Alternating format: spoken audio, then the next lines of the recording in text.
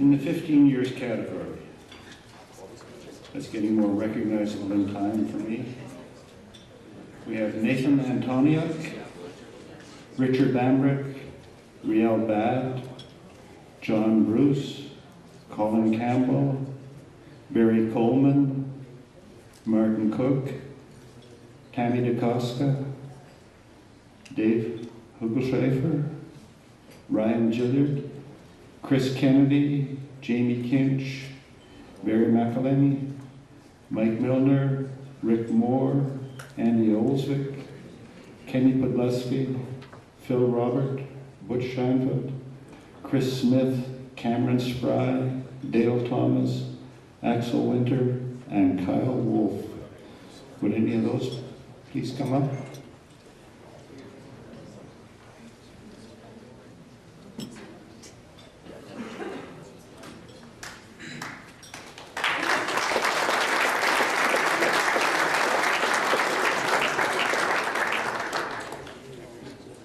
Thank you. Thanks. Just wait for right here. And a couple of these.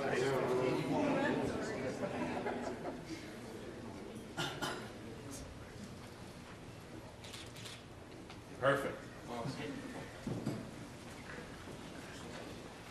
See, as we get here longer, the more people are here.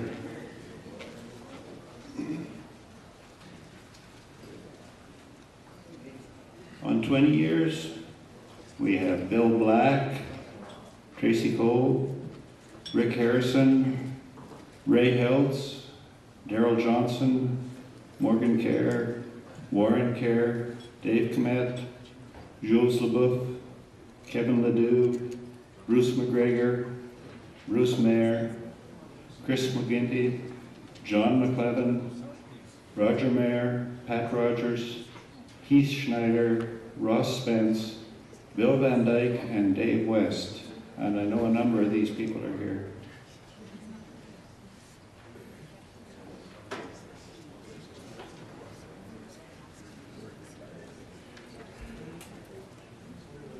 There were a few more of these here yesterday for the tech session.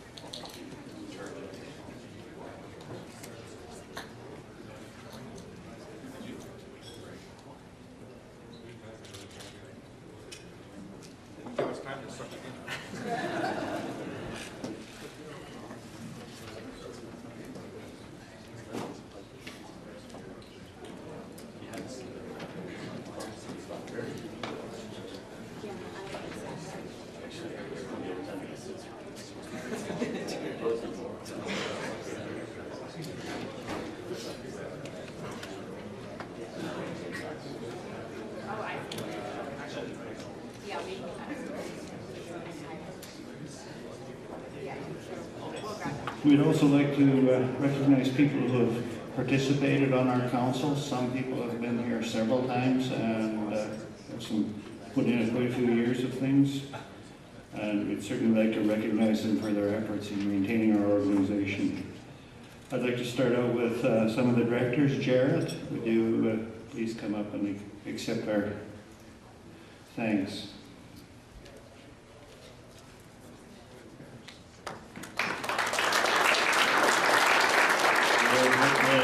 Was 3 years on our CAPFT Council as hearings director and semi-retired now.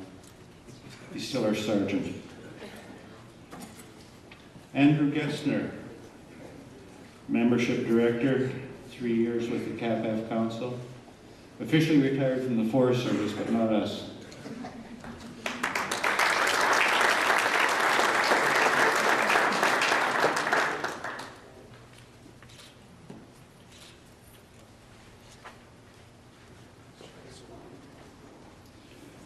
Lindsay, who I believe is not here. What's the situation? Today's Lindsay's last day of work. Last day of work today, okay. She has been here 1 year, of course, of her 2-year term. She's the exam director, and It's nice to see we have some people stepping forward. We haven't gotten anybody who's willing to be the director yet, but we've got several more volunteers, so it's a good thing going on. Number 4, Chris Jolie, Communications Director, 2 years with CAP Council and committees, and thankfully he's willing to stay on and help us some more.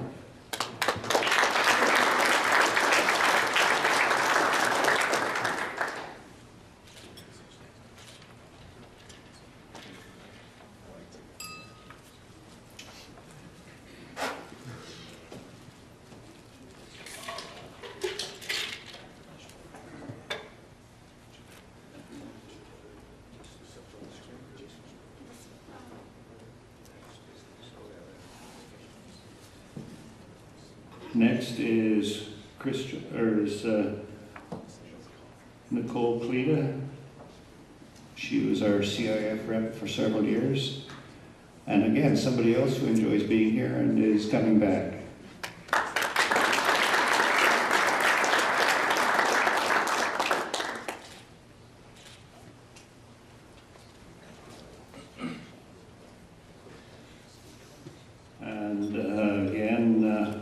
Another person who's been very valuable. She's been here 4 years on CAP Council as a public member and is our chief editor. She's very good at editing documents for us. Honey Pell.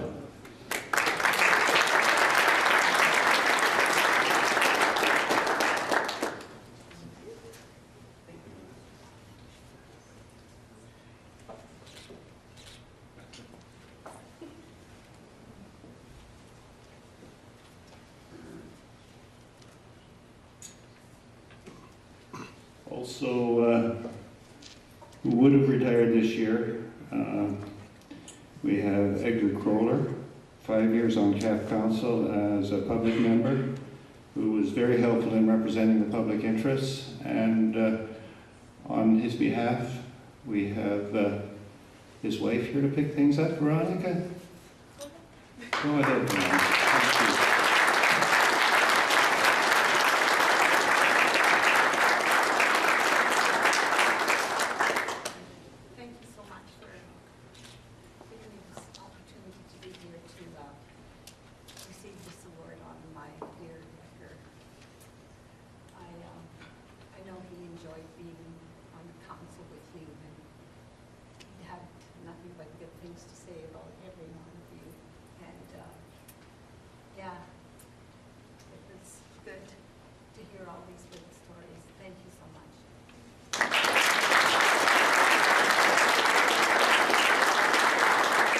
Thank you very much, Veronica.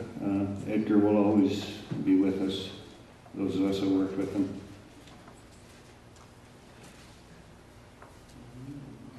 Next, I don't know how much he's taken with him, but next to leave is Derek Fisher. He's been our finance director.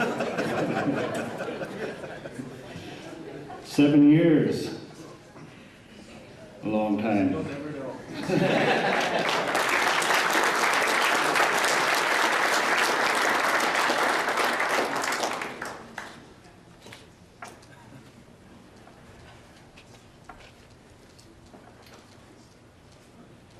And now retiring as vice president, but stepping into the fire, Sam Elkins, 1 year on council.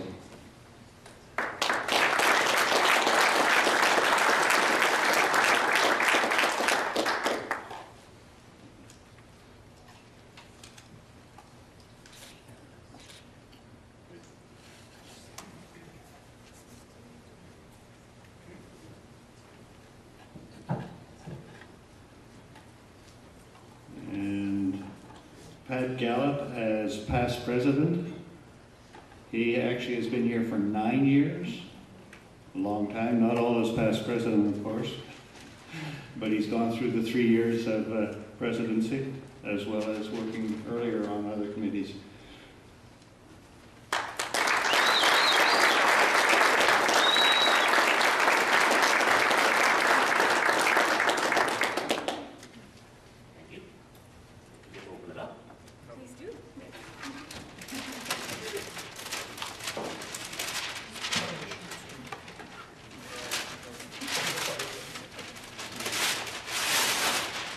sure we haven't heard the last.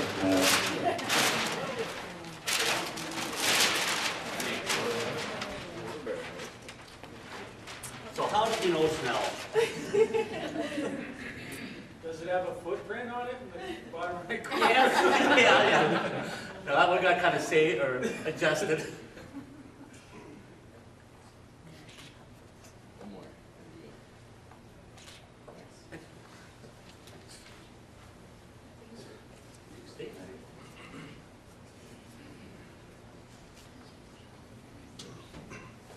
I guess so. He's not presenting to himself. We've got 2 years with the CAP Council and executive, moving into past president role. Mr. Fox.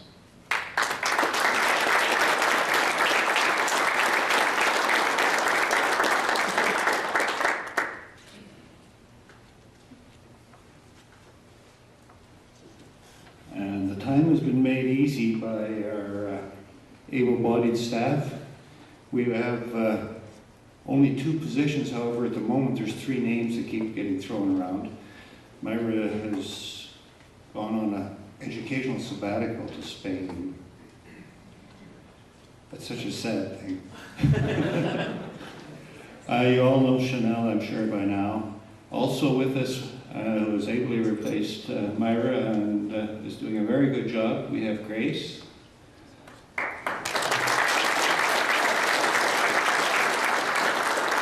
And as most of you have probably observed, Chanel will soon be stepping aside for a short period of time, and we have Christine here to ably replace her. She has been at the podium here a few times.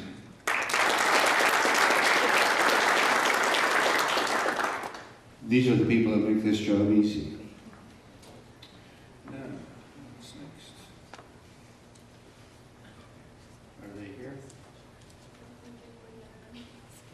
No. New RPFTs, all new this year. We have Stephanie Niemiec, Olivia Jackson. No, that one I don't know if I can do. Shemek? Okay. Shemek Tadazak. Okay, that's a good one. Chanel Wilkinson, Charles Walton, and Benjamin McMahon.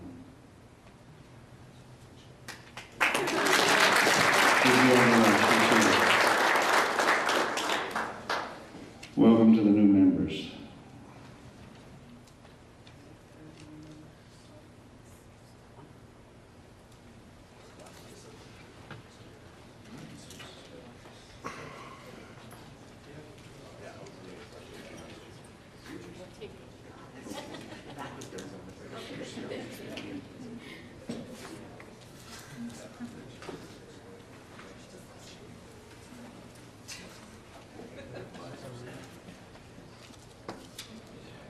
Each year we recognize the person who has had the highest marks on the Professional Exam Award.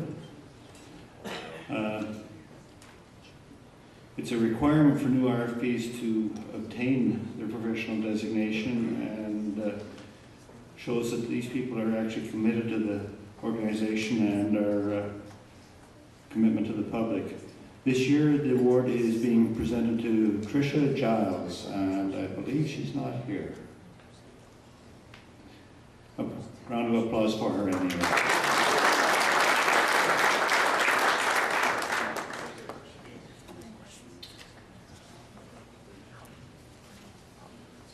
This one is new and dear to our hearts. We've created an award in the name of Edgar Kohler, and it is being designed to be presented in honor of volunteerism. It's not necessarily restricted to people who volunteer on our council or anything in particular, but people who show significant effort in being outside of their usual thing and stepping out and becoming a member of the volunteer community. Certainly Edgar epitomized all the values that are normal in those kinds of people. Here to accept or to present Carrie Ann Kohler. She is Edgar's daughter. And you just saw her a minute ago accepting for Edgar is Veronica, who is Ed's wife.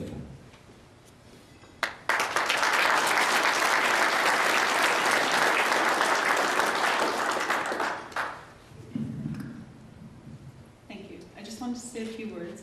Good afternoon, ladies and gentlemen. My mother and I are truly honored to be here today to present the Edgar Kohler Memorial Award. Winston Churchill once said, "You make a living by what you get, but you make a life by what you give." Back in 2006, CAPFT was looking for a public member, so my brother-in-law, Vic Toutant, who I'm sure some of you might know, suggested that my father apply. Of course, my dad was interested in this association for many reasons, as he grew up in the Athabasca area in a farming, logging, and sawmilling family. My father had a never-ending passion for his community and always believed in giving back. For as long as I can remember, he was always involved with numerous boards and volunteer organizations, both locally and provincially. My father truly enjoyed his involvement with the college and appreciated working with the executive and the council at CAPFT from 2007 to past August 2013. On behalf of our entire family, thank you for honoring my father with the same outstanding commitment as a volunteer and as the recipient of this award.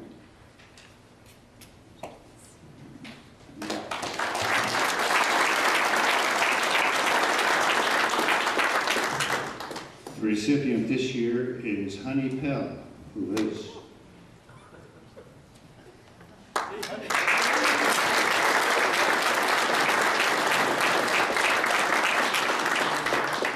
Honey's been with the council since September 2010.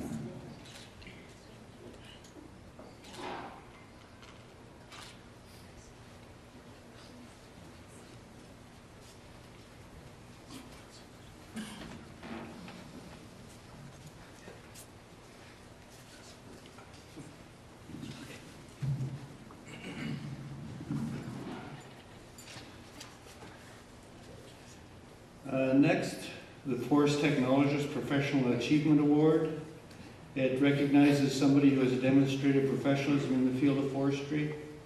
Professionalism means dedication to public interest and doing the right thing. It goes back to our code of ethics and things like that. So,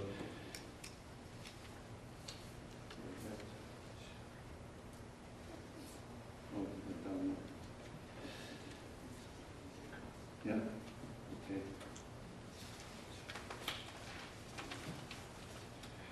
Okay, this year we recognize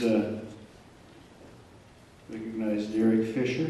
He's been on CAPFT Council. Some highlights: a recognized leader in the development of forest inventory in Alberta. He has applied many advances in imagery acquisition, soft copy software, and has positively influenced provincial inventory policy and practices, established new inventory standards. He has extensive field experience across Alberta and Canada and was a front runner in incorporating LiDAR and ecosite classification into photo interpretation programming. He's acquired a wealth of information and experience during his career and is not afraid to share it. For CAPFT, Derek, as we mentioned before, has spent 7 years as financial director for 3 terms, which is an outstanding commitment to volunteerism and greatly appreciated by the organization. He's provided guidance, advice, and leadership. He currently, as a corporation, sponsors FTTs. He provides sponsorship for NAIT Forestry Technology class memberships so that the members, when they first come out of school and have nothing in their pocket, they can actually join our organization. He conducts GIS office tours for NAIT students and supports technical sessions financially and professionally. He presents at technical workshops and is a tireless and enthusiastic promoter of CAPFT. As an entrepreneur, he owns and manages a successful consultancy.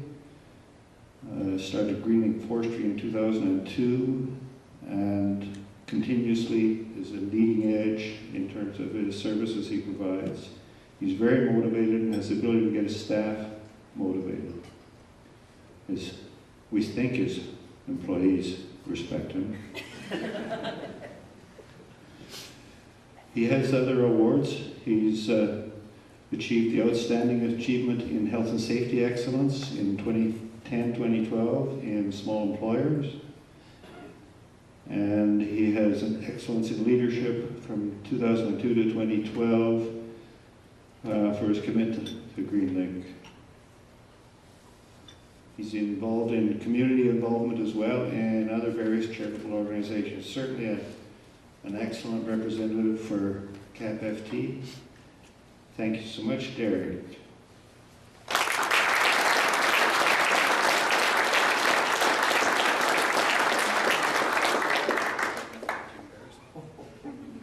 can't believe we hid all that. You didn't know you'd done all that, No, now you bring it up. Thank you.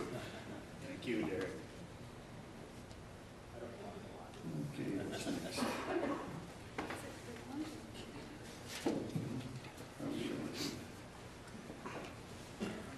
Okay, that's it for our luncheon awards.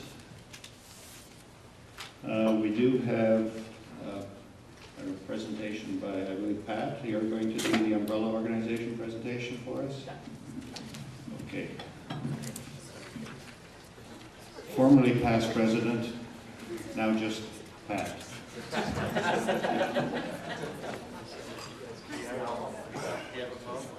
Yeah, let's pause. Yeah.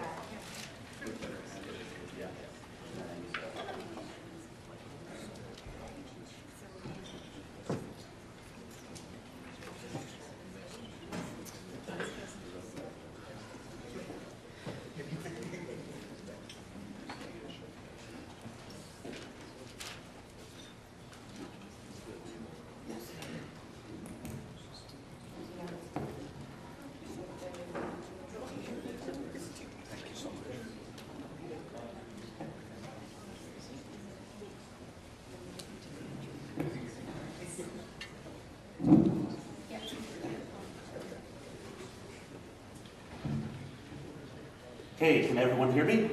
Mike? Okay. Actually, just gotta grab my speaking notes.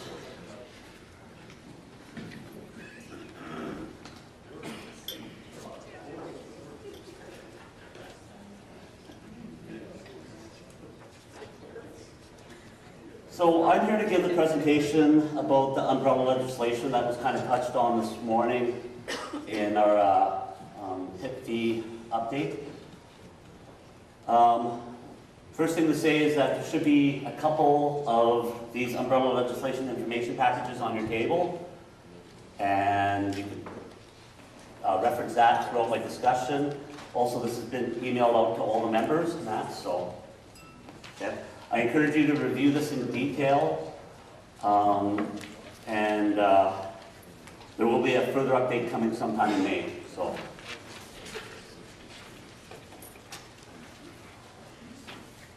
Okay, so introductions, of the members that represent CAPFT on the umbrella legislation committee are myself, Janelle Wilkinson, Ray Hills, who's our consultant, and Ray hasn't really been in with the committees, but he's helped support us through some of the work, and Dave Fox is president. Okay, what is the umbrella legislation? It was an agreement to form a partnership where the collective organizations can pursue a model of professional regulation under one act. And I'm just going to read something from the MOU.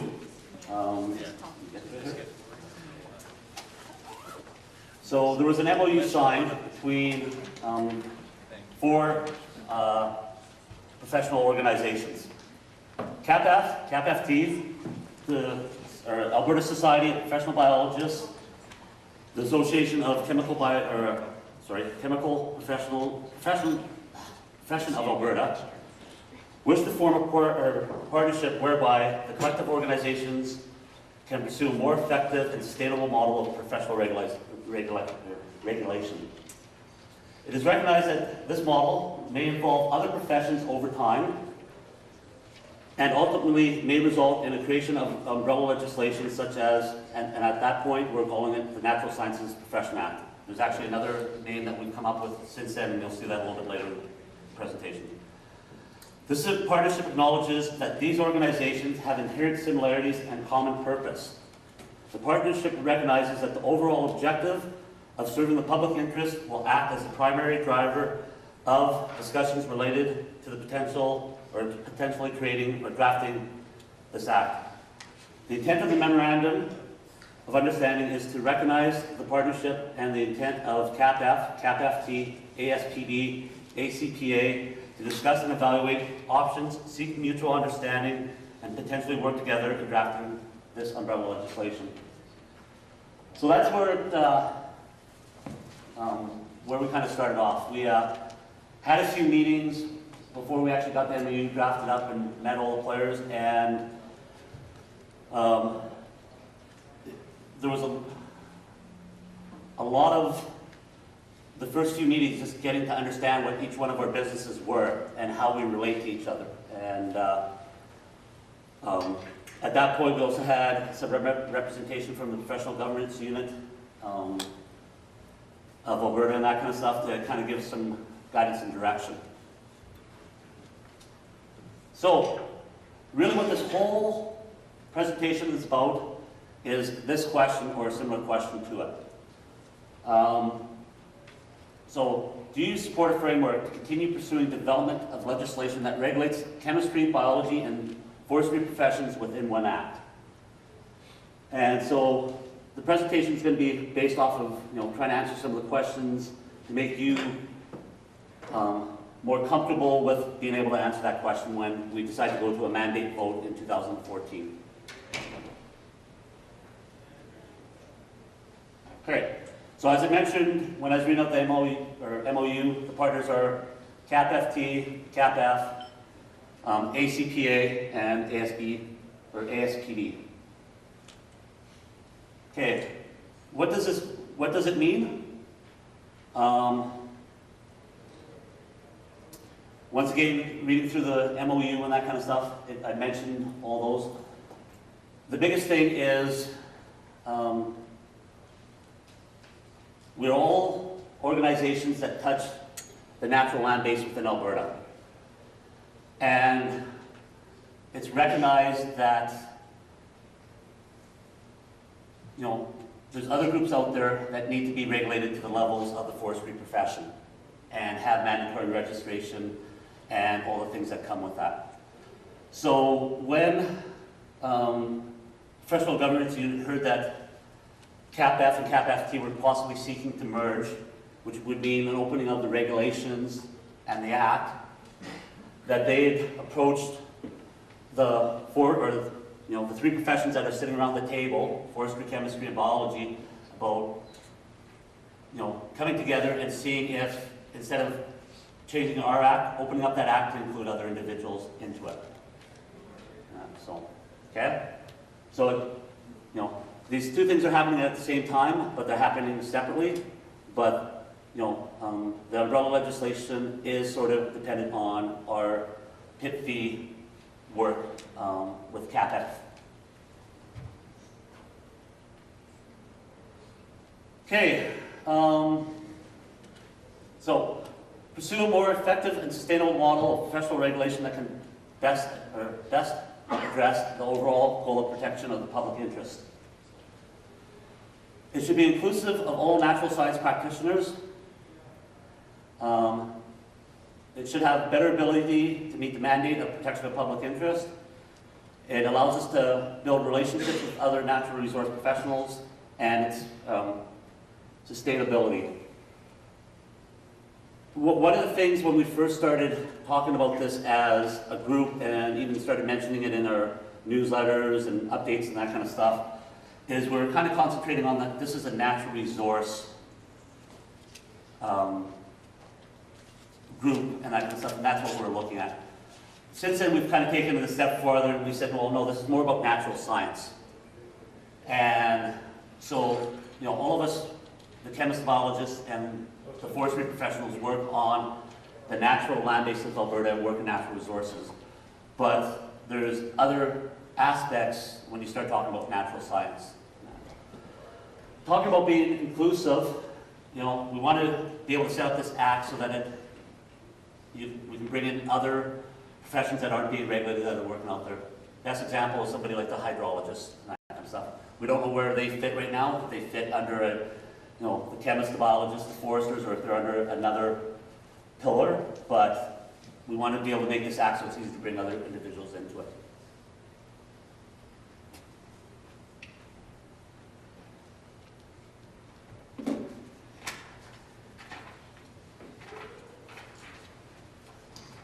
Get caught up on my notes here. Okay, sorry. One last point on that last note. The ultimate goal is to gain a single piece of legislation that would govern all three professions that are at the table right now, and that would have the ability to allow other professions under the umbrella legislation. So that's what it's about being inclusive.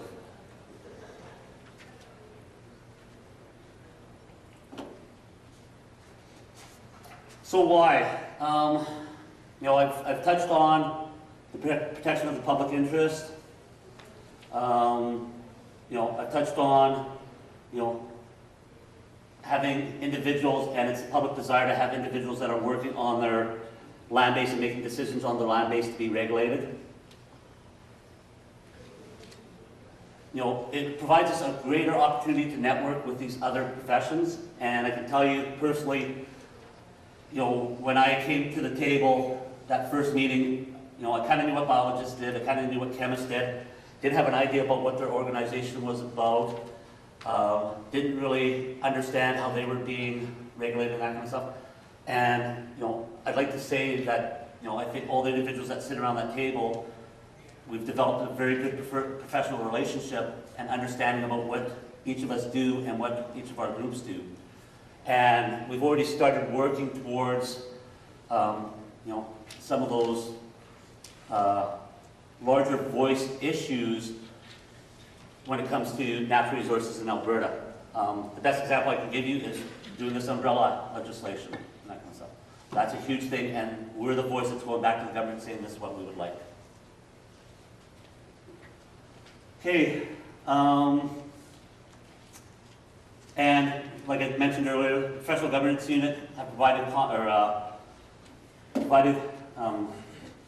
comment that this is more sustainable model and support the initiative. Where they come out of it being a more sustainable model isn't on the side of, it's a bigger group and that kind of stuff.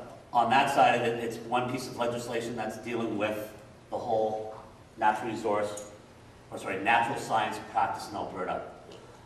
If you think of it, if the three disciplines had three different acts and regulations to get things changed, they'd have to go to legislation 3 different times. You'd have to have, lawyers working on it 3 times, draft writers working on it 3 times. So on that side of it, it's very efficient on the government side. And so that's where, they're thinking on the sustainability side of it.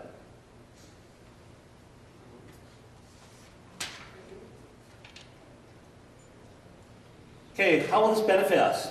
And this us is generally us as the public, okay? It's not us as a profession.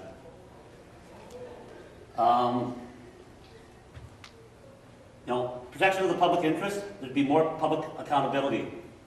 Right now, the biologists and the chemists are not regulated in the manner that we are regulated, and they do not have mandatory registration. So there are some biologists and chemists working out there that are not part of their 2 associations. It provides consistency. We'll all be under one act, so we'll all be governed under the same rules of that act. We'll all have the same competency requirements, the same hearings and tribunal requirements, the same council and governance requirements. Now that doesn't mean that our competency model will look exactly like the chemist or the biologist, or that our hearings will look exactly the same. It's the requirement to have those levels and that kind of stuff. So if you look at it, if you compare CAPFT CAPFT. In our act, we have the requirement to have a competency program. Our competency program is totally different than their competency program. Okay? Sustainability of the college and the association. There's ability for us to be able to share tech sessions, possibly newsletters, office space, kind of like what we're doing with CAPF, hearings and tribunals and that kind of stuff. We might be able to share public members and that sort of thing in those situations. So there's some sustainability at that higher level with working with these groups. As I mentioned before, we have a bigger voice and relevance when we work together. This is at the government side, the public, other professions, and the advocacy role. There's the economies of scales, which I just kind of mentioned about, sustainability of the college and associations, some of the things that we could work on together. I mentioned earlier about the communication and cooperation. Over the last year, you've seen, or I've seen a lot more of that between the three disciplines of forestry, biology, and chemistry. And the big thing about this is, this was direction that all four of the professional colleges got from their public members is that we should be looking at. And we have a public member that sits on this committee, and he's telling us the exact same thing. So, this isn't just the government saying we should go do this, or just the professional colleges getting together to say let's do this. It's coming from the public.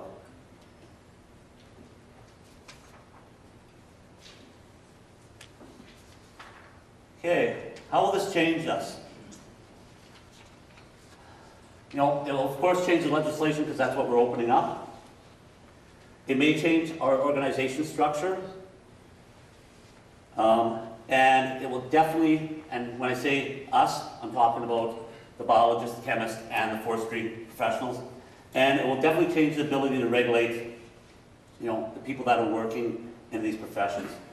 Primarily, it affords the biologists and chemists mandatory registration that we enjoy, and everything else that comes out of our act. Now, this last point points right to us. It will not change the practice of professional forestry and the basis of how we get regulated.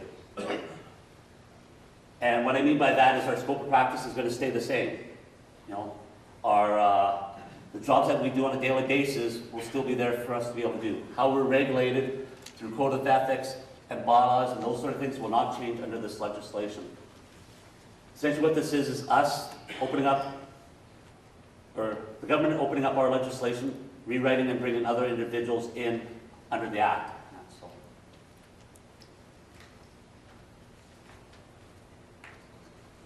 Okay, how this has been done. As I mentioned earlier, there was an MOU signed by all parties. Terms of reference were developed that indicates how the parties will work together. Agreement on key parts of the Act, such as mandatory registration, that the RFP Act will be the model for the UL, but will be updated with the most current legislation, which is the Agrologist Act, which was based off of the RFP. And this is, like I said before we came up, this is the new name that we're using, Natural Science and Environments and Professions Act. The MOU and the terms of reference are in that package that I pointed out at the start of the presentation. And there is a bit of a draft summary of certain things, or how certain things would look in the Act. And then we've also discussed communication tools. So all of us are presenting these types of presentations at their AGMs. There's been, in our newsletter, we've been talking about, this legislation, and same with the other three colleges. The key principles of the agreement: protection of the public interest. That's our number one, and that's our fundamental basis moving forward. The partnership will be based off of mutual respect and defined scopes of practice and ethics-based principles of practicing within the level of competence that is appropriate for the natural science profession. Once again, it comes back to how us and the foresters are set up. If you're going to be doing the job, you need to be competent at doing that job, and that comes through your schooling and your your work experience and your continuing competencies. So, now, professionals will retain their protected titles and registers. Very similar to what we were talking about with CAPF, or this morning about the CAPF PIT fee initiative.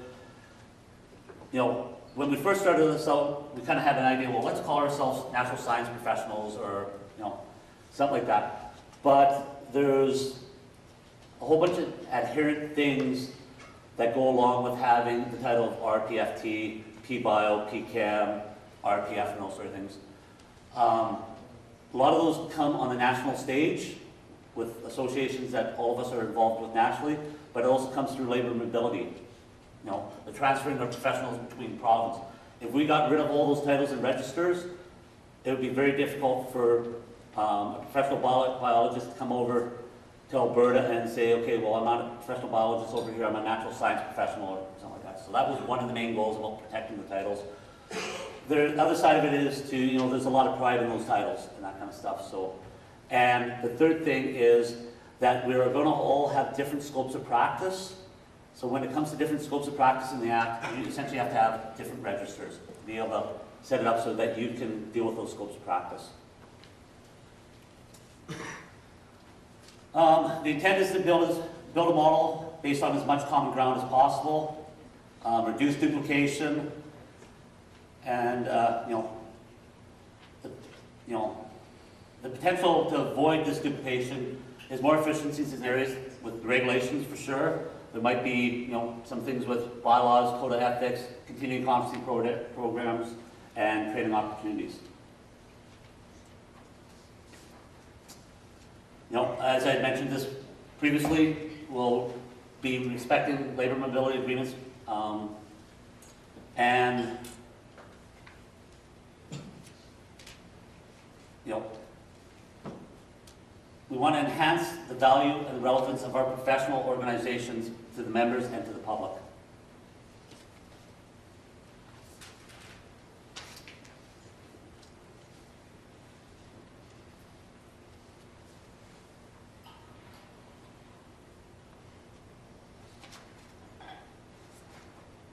Okay, so what's currently underway? As I mentioned earlier, we drafted the terms of reference. There's also been a framework guide that has been developed. That's in your package. You know, all the parties are undergoing consultation forums with their membership. Like I mentioned earlier, all of us are planning on presenting these at the AGM or in workshops. As you see, there's a package that's been put out before our AGM.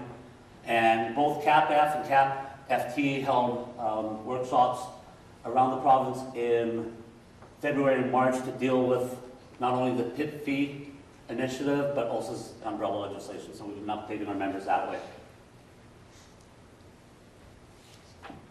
Okay, review the current documentation. I'm not going to actually link to it. It's in your package and that kind of stuff, but I'll just quickly go over and explain what's in the terms of reference in the framework. Terms of reference, meeting protocols, group representation, responsibilities, and communications, both internal and external. And that's, the internal and external is within the group, not within the professional colleges. Framework is, there's a summary, advantages that the group has come up with, outline a proposed act, MOUs, terms of reference, and the ratification process. I believe the chemists and biologists are actually looking at putting this to their membership for a mandate, or a vote on the mandate at their AGMs that are happening here in April. We decided as CAPFT that we would wait and try and work through some of our PIT fee initiatives and get those straightened out before we were introducing another vote on a mandate to continue this. So you could look for something happening in June, that kind of stuff with the mandate vote. It will be an electronic vote that will be very similar to what we deal with on PIT fee.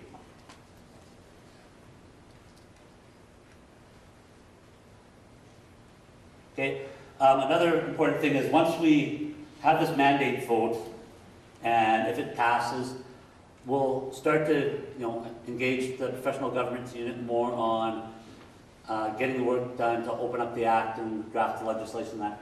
But the other big side of it is there'll be more workshops and more chances for our members as well as the other professional groups members to have input into what this should look like. What needs to be in the act and legislation, but also what needs to happen with us, working together, that kind of stuff. Okay, online voting package will be very similar to what you see today. There's going to be some more information provided. And like I said, the vote will probably take place in 2014. And once again, it comes back down to that question: do you support the framework to continue pursuing development of legislation that regulates chemistry, biology, and forestry professionals within one act? What's coming next? As I mentioned, working with Profs and Ox, or the Professional Governance Unit, to clarify the government requirements. Continued development on the framework for the mandate ratification, and as a group, approach the minister for consultations. And what we're targeting is for ratification and hopefully a new piece of legislation that will be coming out in 2015. Okay, deliverables to organizational structure, administration structure, board structure, and council structure. As I said, we're still trying to decide on what these mean. There's been talk between, one act, 3 regulations under that act. One act, 1 regulation, 3 pillars under that. And there's also been talk, because you're going to have that sort of talk of, is there a way that we can kind of merge together like we're doing with the foresters, to create this bigger organization. That talk is just naturally going to come up when you're talking about trying to deal with all these different aspects of meeting the needs of all these different colleges and that. That's the sort of stuff that isn't on the table right now for the vote. We're not looking, to say, okay, is this a vote on a merger and that kind of stuff. This is a vote about continuing to work to get this umbrella in place. Those other talks will come later on, just like it is that we're doing with pit fee, once there's decisions made by the councils and that kind of stuff in which direction we want to go.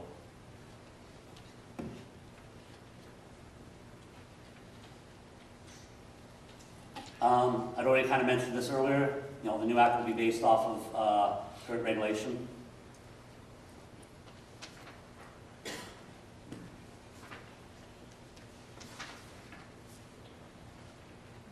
Okay. And I mentioned before about, all the parties would have to have a competency program, and there'd be a process within the act for professional conduct. Okay, so here's the work plan that was drafted by the working group. We signed the MOU on September 30th, 2013.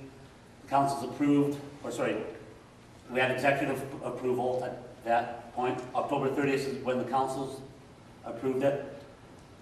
Started working with the government on some feedback in January 2014. And we're working towards the information package being presented at our AGMs and having a mandate vote by the end of June, 30th, or by the end of June 2014, and then moving forward to try and get this piece of legislation in place by 2015. How will this benefit members? And now I'm just talking about professional or us as CAPFT members. So there's an increased ability to protect the public interest. It's more inclusive, having other natural resource practitioners, and I should say natural science practitioners. I wasn't keeping up to terms with, or up to date with the terms that we're using. Regulated to the level of forestry professionals. So, the person that's sitting next to you in the vehicle when you're out doing an EFR or some sort of audit, and that might be, a biologist and your professional forestry practitioner, having those individuals be regulated all in the same sort of level and confidence, I think is an asset for our members. I mentioned before, improved relationships and communications with natural resource professionals. We've seen that. There's been cases where we've reached out to the biologist chemists about, what do you think about this idea that we're going to bring back to our membership, or that we're going to talk to the government about, or we're going to talk to our councils about, and it's just another sounding board. Protection of the forestry profession on behalf of members through a stronger organization. Once again, comes back to what can we do to make us more efficient and sustainable. And the other large thing is a large advocacy voice. Will this affect our current due structure? Our due structure is determined by us as a college and by our members through our bylaws. At present, there hasn't been any talks about that. This is just opening up the act. So once again, there should be no effect on what our dues is. So what is the connection? This is a question that came out of quite a few of our workshops, is what is the connection with chemists with respect to the natural sciences profession? Now, when you look at it, natural science profession doesn't mean natural resources. It's the whole gamut of natural sciences. Chemistry is a natural science. When you think of it, if we're just opening up for natural resources, you kind of go, well, where do chemists fit into it? Well, in a lot of cases, the data that we collect when we're out there sampling soils, water, air, those sort of things, are either collected by chemists or being analyzed by chemists in the labs and that kind of stuff. The other thing is that this allows them to get out of them and the biologists out of the current legislation that they're in, and it's called PIORA, I can't remember what it exactly stands for. But they don't have, mandatory registration and those sort of things within that act. So really what it is it's a place to try and bring together all the natural science professions. There's hope that maybe someday the agrologists will also be coming in under this act. Like we said, ways to bring in other people that are working out there dealing with natural sciences, either within these disciplines, the forestry, chemistry, biology discipline, or within a new discipline that's under that act.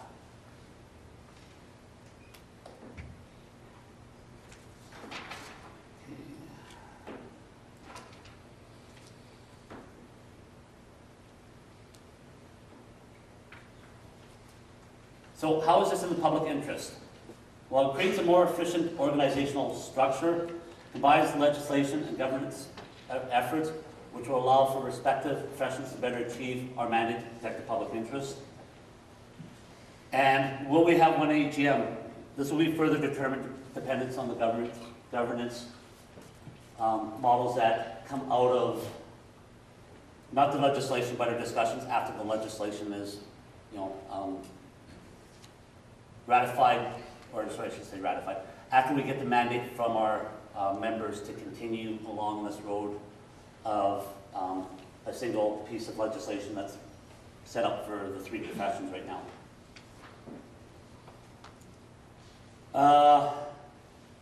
The continuing competency programs, as I mentioned earlier, they're going to look the same as they are right now, but there may be influences in the future from having these partnerships with these other professions.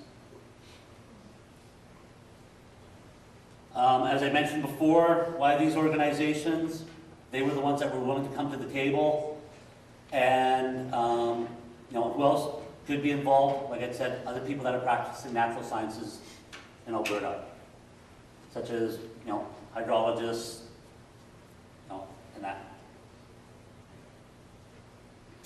One of the questions I kind of touched on before this morning when Keith asked his question about, have we looked into doing this along with the pit fee and that kind of stuff. Really what it is, it comes down to, these are both happening at the same time. Our membership has told us that the pit fee initiative is very important, and it's something that we've been looking at for a long time, but we cannot ignore the chances to develop this umbrella legislation at the same time. If we were to wait, to start having these discussions that we started a year ago until pit fee was done, we'd never meet, the timelines to have this umbrella legislation maybe be based off of our act that's being opened up for, our merger and that.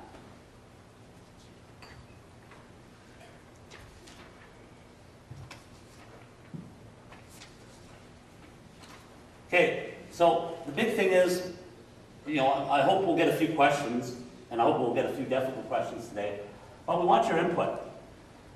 We had some very good discussions at the workshops with the limited representation that we had, but they brought up numerous questions that, have added to this presentation, but also that we have to bring back to, this umbrella legislation working group and try and get answers for it, or bring up the points of view. So that's the end of my presentation. Once again, it's all about the umbrella legislation and if we should be continuing to work on it with these other 3 disciplines, to work to open it up and have one legislation that governs or regulates these 3 professions. Yeah. So questions? Keith? Thank you, Pat. And I wouldn't have even asked my question this morning if I had more details on this discussion. Again, if we're talking about natural science application and interaction between the various professions, why wouldn't we include PAGs? PAGs are currently now covered under, like I don't know the actual models, but they're covered under another act, aren't they? Matt, you help me out, or Lee? Yeah, if I can Yeah, you're, take that question. yeah. So the Alberta Institute of Metrology is a group that we approached when we started talking about this organization or the umbrella legislation. And we've invited them to the table, and they're busy right now with some other initiatives that they're undertaking on the federal level. And at this point, they just weren't interested in joining us in this discussion. It's not to say that they won't be in the future, and the door is certainly open to have them join us in the discussion. And from our perspective, we think they should be there. From their perspective, they're busy with other things right now. And when we went and met with them and we formally asked them through a letter from the president, they just said, right now we're busy. At this point, we would have to say no, but in the future, keep us in the loop and keep us informed as things progress. That's where we're at. Excellent, thank you. So this introduced Grant Williamson. He's the transformation director with CAPFT. So he's got a whole bunch of other things, but he's been our, primary facilitator on the pit fee side of it, and also on this umbrella legislation. And he works for both us and CAPFT. So yeah, he's kind of the glue that kind of keeps us all going on these two initiatives at the higher level, sort of thing. So. Thanks, Grant. Any other questions? Yes, Henry. Pat, when the opportunity comes up to look at the Professional Forest Act, Yeah. will there be an opportunity at that time to review the scope of practice? As a college or as a forestry discipline, we've discussed that, and we want to be able to, if we're opening up the act, we need to be able to look at the scope of practice. So there's some things that we're not inclusive enough about, and there's other things in our scope of practice that are too inclusive. Like, we've got to really think on what that scope of practice of forestry is. Yeah, so I'll take land use as a good example. Land use isn't really stated in our scope of practice, but how many individuals in this room actually deal with land use in one bit or the other through their day-to-day jobs? Almost all of us do, that kind of stuff. So it's those sort of things that need to be looked at, but there's other areas that might be too inclusive, so we need to, take those up a bit, or spell them out a bit more. So if you're working under the same umbrella with these other professions, and the other professions have scope of practice, there's always going to be an area where there's some blending or that gray area where both practices may overlap, and may have different mythology on how they're going to deal with providing a solution for the public. Yeah, and we realize that, like, the key thing of it is that there'll be, right now with the 3 disciplines, there'll be 3 separate scopes of practice. You may have, we'll just use land use, all of us touch land use in some format or the other. and we may be working, doing the exact same jobs. Where that stuff really comes down on when you're dealing with scopes of practice that kind of intertwine, it comes down to the policymakers within the government organizations and the companies that you're working for, who they want to be doing it. So the best way I can describe that is, I believe it's Annex 2 or Annex 4 of the forest planning standard and that kind of stuff that dictates what registered or regulated forest practitioners can sign off on when it comes to, forest management sort of thing. So, and another good example is how things can be submitted for dispositions and that kind of stuff to ESRD. There's their internal policies and that. So that's where I think that's going to be regulated, but each group may have different ways of, ensuring that their membership is meeting the competency levels of what's required in that. So. That's right, so where you have the gray area, where you have an overlap, Yeah. which profession Oh. determines whether the competency level's there, or you're gonna have an independent board? Okay, that's a good example. That's one of the things that we kind of discussed early on and that kind of stuff, and it kind of gets back to, talking about, the governance model and that kind of stuff. We've talked about, having some sort of higher board that will meet and discuss these higher up issues, but there also could be on the backside of it, a board that's dealing with, setting, competency levels for certain things, or dealing with, hearing tribunals, those sort of things. Realistically, the way I look at it is that,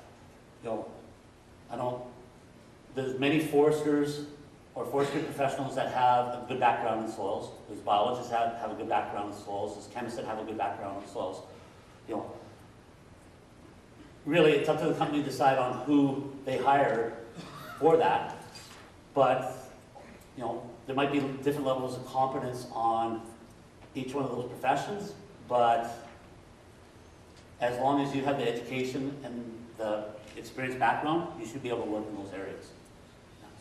I know it's not the clearest answer, Emery, but it's one of those things that you'll always have those gray areas. Yeah. We don't want to get into the situation of an exclusive scope of practice like we're dealing right now with one of the other issues with our college and another professional college. We want to make it so that these scopes of practice can be broad and we can all work together. I think it's an advantage to have a forestry professional in the truck with a biologist, or a forestry professional in the truck with a chemist, or a chemist and biologist together making decisions. The forestry discipline, we're great at being a jack of all trades, because that's how we've been trained, especially technologists. But we don't know everything when it comes to soils and that kind of stuff. So we've got to know our own limitations when we're looking at those sort of things. Thank you. Okay? Come on, we've got to have some more questions. Okay? Well, if you have any questions or concerns, things that you'd like to see addressed, please reach out to Chanel, and she'll forward them on to the committee. And we want to hear as much back from our public members when it comes to this. But once again, it's on the side of the legislation that we're approaching right now. Once we get that figured out and start moving forward, it'll be more like what we're dealing with PIP fee. Oh, sorry, go ahead, Keith. What does it cost, Pat? Right now, it has cost us Chanel's time, a bit of Grant's time, and that's it. So we've had 6 meetings, something like that, for 4 hours of meetings, so it's been about 48 hours that we've spent on it, and that kind of stuff. So Presumably there'll be lawyer costs? Yeah, there will be lawyer costs. We would have lawyer costs anyways moving forward if we do the CAPFT or the CAPFT merger and open up the regulations, we'd have lawyer costs with that, looking at the new regulations and those sort of things. So we didn't really factor that in if we're bringing in these other bodies into our regulation. Where I see more of the lawyer costs is when we start setting up, higher up boards and those sort of things in the future. I don't expect many of those costs, like in our budget that we have for 2014, besides the time that was for our consultant and our staff, I think we had about $1,000 in there for possibly reaching out to an expert, getting some advice and those sort of things. Actually, no, sorry, it was $2,500 is what it was. So, what the three, when we first started talking, the three disciplines decided, well, you know, we might need to have about $15,000 in a pool sort of thing. And stuff. So we put $2,500 in our budget. So, yeah. And if this goes on more, you'll see that reflected in the next budget of CAPF, or sorry, of CAPF and CAPFT. Okay? Well, thank you for your time, and I look forward to hearing through Chanel any more comments or questions that you have.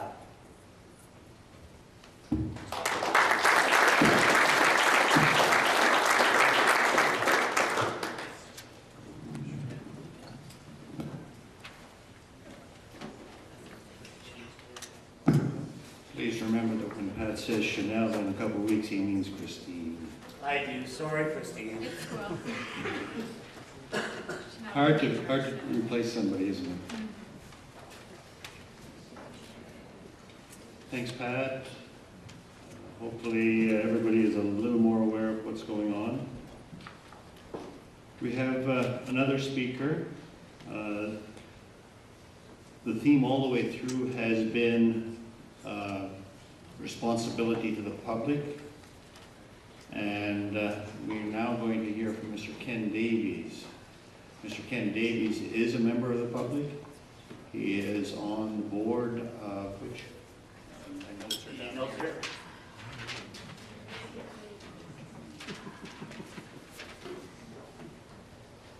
He's currently on the board with the Association of Chemical Profession, and he previously was a registered and CEO of the Alberta Institute of Agrologists, where he worked for 37 years.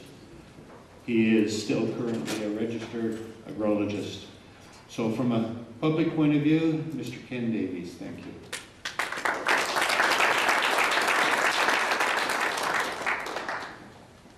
Maybe I'll just point out that the representative from the public on our umbrella legislation group is Ken. So he's the one that's been providing us the direction on the public side on that. So.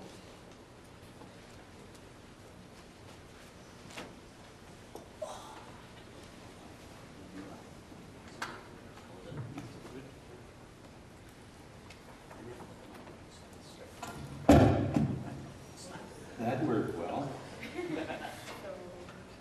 Just to get my file. There you go. Thanks for the introduction. Pleased to be here. This thing is working, isn't it? Yep. Yes, sir. That was an excellent presentation on the continuing amalgamation. I was asked if I would give a few words on it as a seasoned CEO. Seasoned is the key word. And I don't have to say much. You said it all. But when I first came and the young lady here said she was going to wire me up, I'd be wired up here, and I thought I never even saw Mayor Ford or Justin Trudeau. I've been the CEO of Agrologist.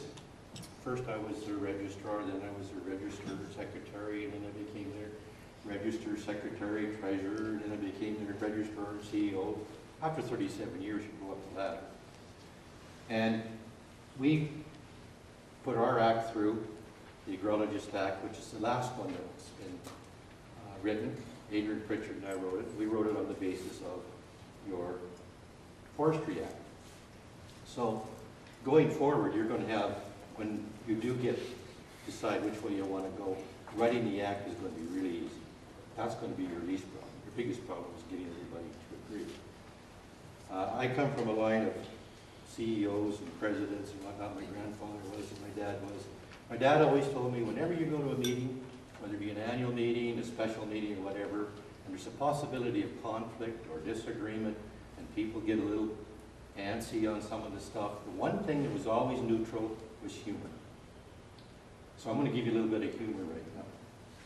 How many know what "Good night, Mr. Gorski" means? Anybody?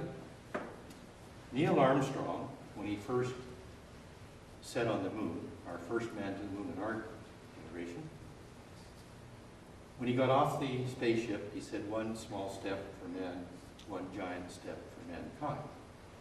What did he walk around? When he got back on the ship, he said, good night, Mr. Gorski. No one knew what that meant. He would ask him, and he would just smile.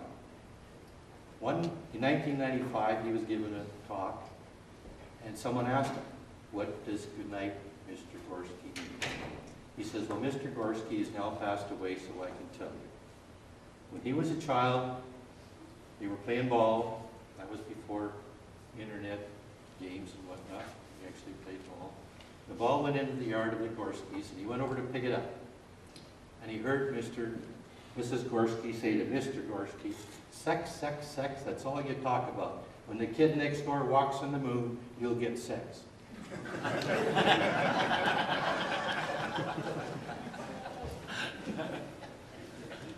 Now, in a profession, ones you're talking about, there is a professional.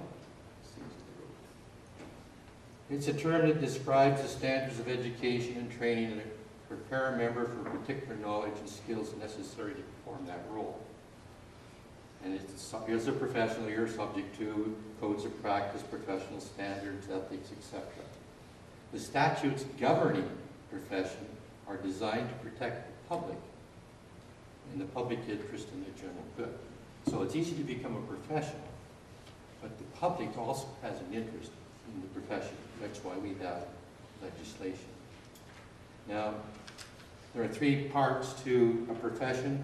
There's the registrar, which is to maintain the standards of education and training, ensure continual professional development, and to conduct disciplinary processes. Now, in the education and whatnot, Bill Rogers was spoken about this morning by Mr. Carpenter, and there's the one that applies here too, where Will Rogers said that men, at that time he meant men and women, men learn in three ways. They learn from reading, they learn from observation, and the rest have to pee in the fence to see if it's electrified. So you got your registrar who does those things, then you got your CEO. Now the CEO, his or her role is to ensure public interests are met, to ensure that the liaison with government, public, industry, other professionals takes place, and to ensure that society as a whole, their standards are met. So also, he looks after member interests per se. The registrar does their regulatory bit, the CEO does things that also involve the members' view for folks as to the betterment, whether it be insurance programs, better training, new programs in university, whatever it might be. Then we have public members, like myself on the chemist board. We serve on the boards to ensure the direction of the profession is in the public interest and serves the public good as well. Now, all you've been talking about in doing this, I think, is extremely exciting. This is something we really need. Why? I belong to an institute that has 2,500 members. They go along like you do with your 700, 800, up to 1,200 members, doing the things that we do for a profession. So everyone that we have is called a profession. I just come from the conference of the agrologists, and their theme was climate change. A lot of speakers were there. They've changed their outlook from 220 to 225. They're now looking at 2050. Part of that, I think, is because the people who are making predictions now will be gone by then, so they don't have to live by them. And part of it is because it's a long, drawn-out process, and we don't know enough about it. But I hear different comments in the paper, on the radio, Pembina Institute, Suzuki Institute, all making statements. But where's the science? I don't hear an engineer talk. I don't hear a forester talk. I don't hear an agrologist now. We're not serving the public. Because the misinformation that comes out is very, very bad. I'll give you an example. When I was, one of my jobs, I was with the Department of Agriculture and Livestock. And we had a product then called Stovestral that was used to feed livestock to improve their rate of gains. And we would get up to 10% rate of gains. So it was a very, very good supplement. Someone in England worked with some rats and found out they would get cancer. So we got a ban Stovestral, right? So a young lady reporter from the Journal, once a week she came to see me to get an update on agriculture for the Journal paper. She came to see me right away, in my office.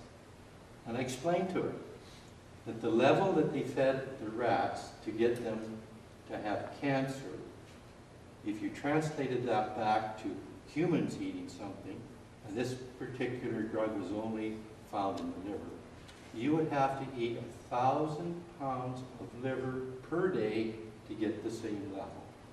So I explained that to her. I says you have to be careful what science is and what science dictates. The next morning in the Journal, in the front page, in the lower right-hand corner, oh, while she was there, I said, and how many people even eat liver? The next morning in the Journal, front page, lower right-hand corner, Davy says who eats liver anyway. So that's how things get screwed up. That was, unfortunately, that was the last interview I gave to the Journal. We need to have some lessons on how to talk to media too, because they do not tell the facts. We need to get facts out. So if we had a process like this, where we had a large organization, now let's just say, for instance, you hired me to be the CEO of this new organization. What would I want? First, I would want all the professions in line with their registrar, their members, their, which one? Not the disciplinary committee, the one you report to, there's yeah, they would be in there. The disciplinary committee can be made up of the whole gamut because you'd have some money to pay for these people. You could have somebody around who knew how to run these things. I'd want those all in order. Then I'd have the overarching board made up of members from each of those. So when one of these issues come up, I could say to them, I need you registrars and you particular board members to get in here and we got to make a statement. We got to come up with science that does this. And it may involve all of them. But we'll have an answer. Right now there are no answers. Now, a professional can be a professional, go around, dig dirt, dig holes, cut trees, that's all they do. Or they can be a professional that's interested in society, in the better good of the public. Are we going to be there? Do we want to be there? How can we be there? Now, when you get a larger organization going, you have a big body with the resources of people, and not just people with axes to grind, but people who can battle out and think the right answer. You also have some resources. So that when Pembina Group, who gets government money, stands up and says something, you say, just a minute, the science says this. Not that we say this or that we think this. This is what the science says. It takes 1,000 pounds of liver a day to do it. Okay? Do we want to do that? Is there a responsibility to do that? As a public member? Yeah, I want you to tell me what's going on. Just because there's some cancer outbreaks up north, what does that mean?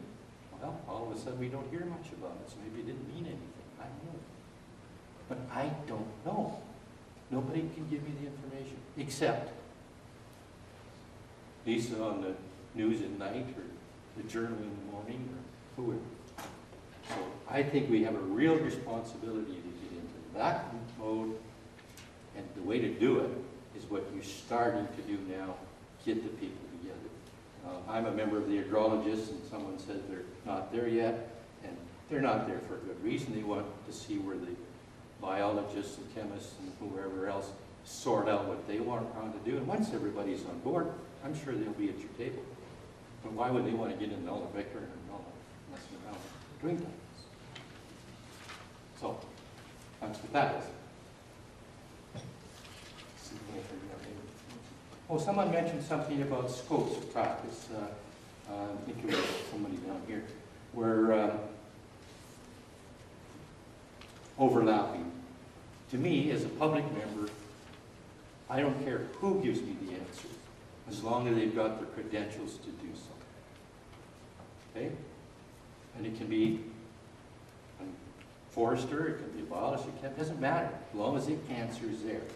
And if there's going to be people in all of those organizations who have overlapping credentials and experiences. So that isn't a problem. The problem is be professional, be registered. Now, one thing about this group that you're talking about will do, where like the chemists and biologists, will add mandatory registration. Now, to me, mandatory registration means when someone gets up and speaks, they are regulated. Somebody is behind there to know that what they're doing or saying is right. I want that. I want right information. Okay? What else do we have here?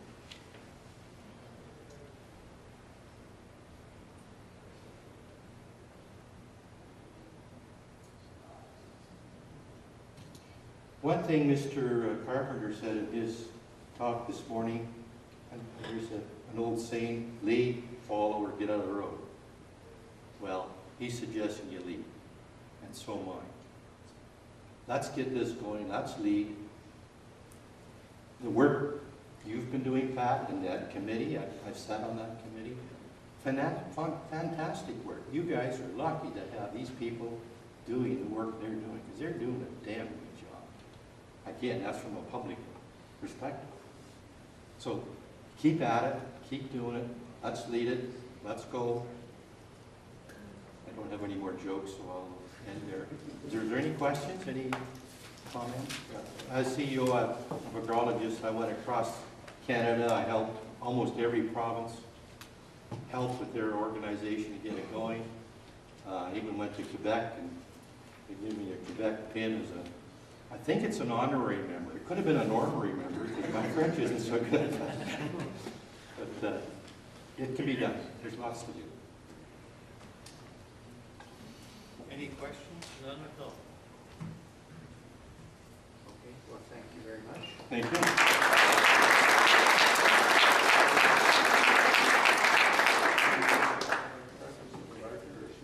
Oh, piece of stick. Whatever. Oh, that's a nice one. That's not your ordinary stick. No. It's not your ordinary piece of bark.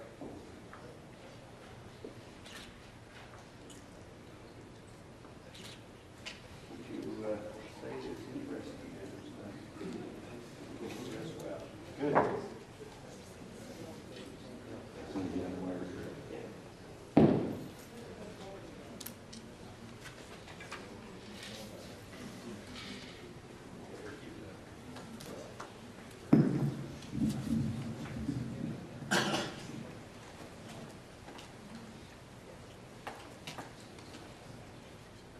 Thank you, Ken. And I certainly have to agree with the things he said. It's interesting to note that agrologists are also talking climate change. It seems to be the theme of the day. Whether you believe it or not, as I said before, whether you believe the output of the model or whether you question the inputs, the main thing is you're paying attention and you're looking at things. Change has been the theme yesterday and again today, and change is a constant in life. It's been there forever, it will continue to be there. So the reality is, with all these changes happening, your job isn't changing.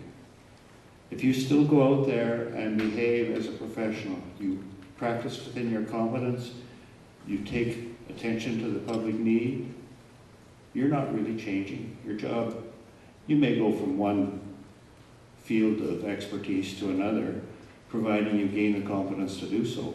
But essentially, you still continue to take the best knowledge available and do your job. So if you want to simplify things, change isn't happening. You need to continue to do things you've always been doing as a professional.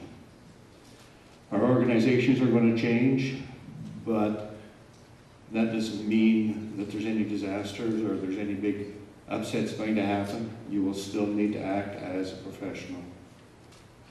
And to end, one of the things I like to say that change is neither good nor bad. The only time it gets bad is if you don't make the turn. So on that note, I would like the transitional, all the new council and old council members to meet for a couple minutes. And we'll finish our draws here, and then we can adjourn.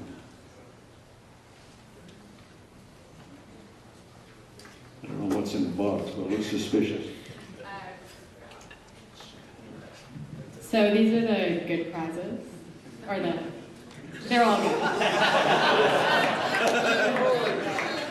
These are the end prizes. The first will be from TD, so we'll get the TD representative come up, and this is a draw for a cake gift certificate.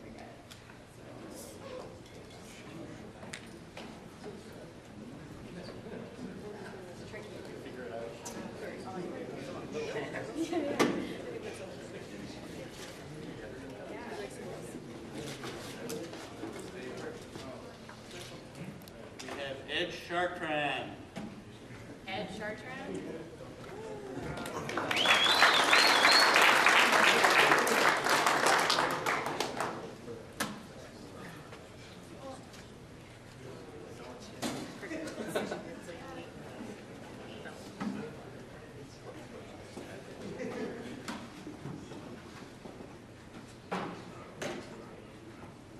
Victor Fulbert.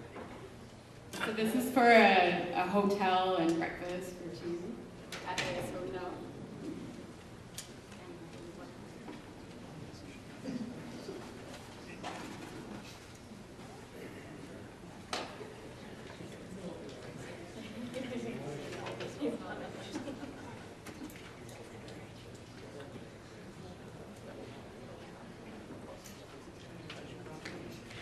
Mr. Ray Hiltz.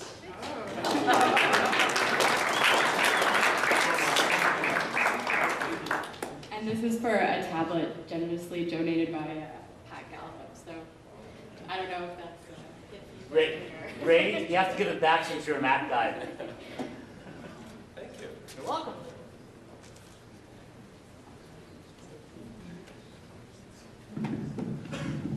And on that note, we will adjourn. And everybody take care.